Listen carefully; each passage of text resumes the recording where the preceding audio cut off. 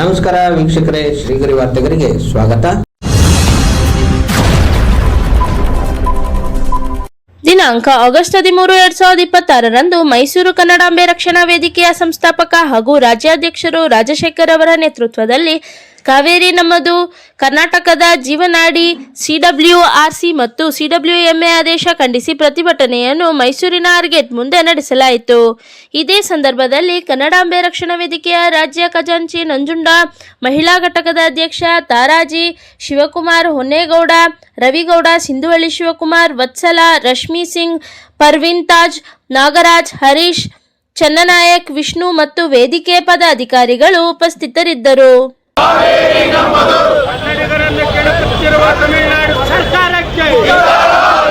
ಇವತ್ತು ಮೈಸೂರಿನ ಎಲ್ಲ ಕನ್ನಡ ಪರ ಸಂಘಟನೆಗಳ ಒಕ್ಕೂಟದಿಂದ ಇವತ್ತು ನಿದ್ರಿಸುವ ಚಳುವಳಿಯಲ್ಲಿ ಕನ್ನಡಾಂಬೆ ರಕ್ಷಣಾ ವೇದಿಕೆ ತಂಡ ಭಾಗವಹಿಸಿ ಸರ್ಕಾರಕ್ಕೆ ಎಚ್ಚರಿಕೆ ಸಂದೇಶವನ್ನು ರವಾನೆ ಮಾಡಲಿಕ್ಕೆ ಮತ್ತು ಕಾವೇರಿ ಏನು CWRC ಮತ್ತು CWMA ಪ್ರಾಧಿಕಾರ ಇದೆ, ಆ ಪ್ರಾಧಿಕಾರದ ಆದೇಶವನ್ನು ಧಿಕ್ಕರಿಸುವಂಥ ಕೆಲಸವನ್ನು ಕನ್ನಡಾಂಬೆ ರಕ್ಷಣಾ ವೇದಿಕೆ ಮತ್ತು ಕನ್ನಡ ಪರ ಹೋರಾಟಗಾರರು ಮಾಡ್ತಾ ಇದ್ದೇವೆ. ಯಾವತ್ತೂ ಸಹ ರೈತರ ಪಾಲಿನ ಕರ್ನಾಟಕದ ರೈತರ ವಿಚಾರದಲ್ಲಿ CWRC ಮತ್ತು CWMA ಯಾವುದೇ ಒಂದು ವರ್ಷವೂ ಸಹ ಕನ್ನಡಿಗರ ಪರವಾಗಿ ಯಾವತ್ತೂ ಸಹ ತೀರ್ಪು ಕೊಟ್ಟೇ ಇಲ್ಲ.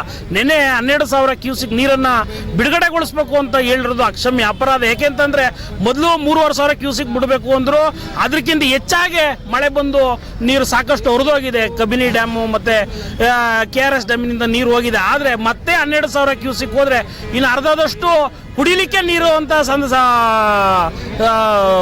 ಬರಬರೋದ್ರಿಂದ ದಯಮಾಡಿ ಹೆಚ್ಚಿನ ಮಳೆ ಆದರೆ ನಾವು ಯಾವತ್ತೂ ನೀರನ್ನು ಯಾರೂ ತಡೆಯೋಕ್ಕಾಗಲ್ಲ.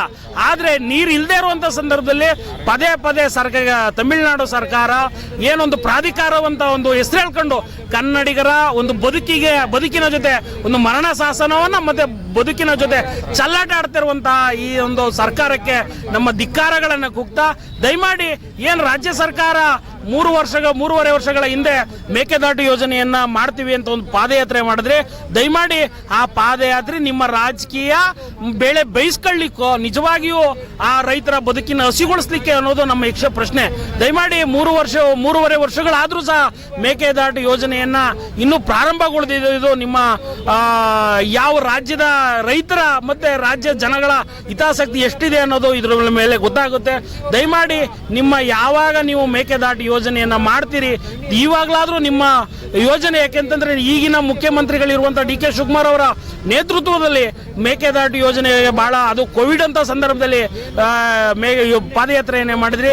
ಈಗಲಾದರೂ ಸಹ ನಾಡಿನ ರೈತರ ಮತ್ತೆ ಜನರ ಹಿತ ಕಾಯುವಲ್ಲಿ ರಾಜ್ಯ ಸರ್ಕಾರ ಮಹತ್ವದ ಪಾತ್ರವನ್ನ ವಹಿಸಬೇಕು. ಮತ್ತೆ ಇದರ ಜೊತೆಗೆ ರಾಜ್ಯ ಸರ್ಕಾರಕ್ಕೆ ಏನು ರಾಜ್ಯದಲ್ಲಿ ಎಷ್ಟು ಜನ ಜನಪ್ರತಿನಿಧಿಗಳಿದ್ದಾರೆ ಎಲ್ಲರೂ ಸಹ ತಮಿಳುನಾಡು ಮಾದರಿಯಲ್ಲಿ ಏನು ಕಾವೇರಿ ವಿಚಾರ ಬಂದಾಗ ಎಲ್ಲ ರಾಜಕಾರಣಿಗಳು ಒಗ್ಗಟ್ಟಾಗ್ತಾರೆ. ಕರ್ನಾಟಕದಲ್ಲೂ ಕಾವೇರಿ ವಿಚಾರ ಬಂದಾಗ ಒಗ್ಗಟ್ಟಾಗಬೇಕು ಅನ್ನೋದು ಕನ್ನಡಾಂಬೆ ರಕ್ಷಣಾ ವೇದಿಕೆ ಆಗ್ರಹ. ರಾಜಶೇಖರ್, ಕನ್ನಡಾಂಬೆ ರಕ್ಷಣಾ ವೇದಿಕೆ ಅಧ್ಯಕ್ಷರು.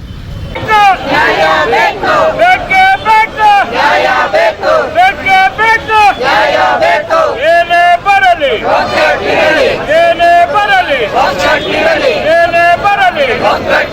ಯಾತಕ್ಕಾಗಿ ಹೋರಾಟ, ಯಾತಕ್ಕಾಗಿ ಹೋರಾಟ, ನ್ಯಾಯ ಬೇಕು, ನ್ಯಾಯ ಬೇಕು, ನ್ಯಾಯ ಬೇಕು, ಎಲ್ಲಿಯವರೆಗೂ ಹೋರಾಟ, ಎಲ್ಲಿಯವರೆಗೂ ಹೋರಾಟ,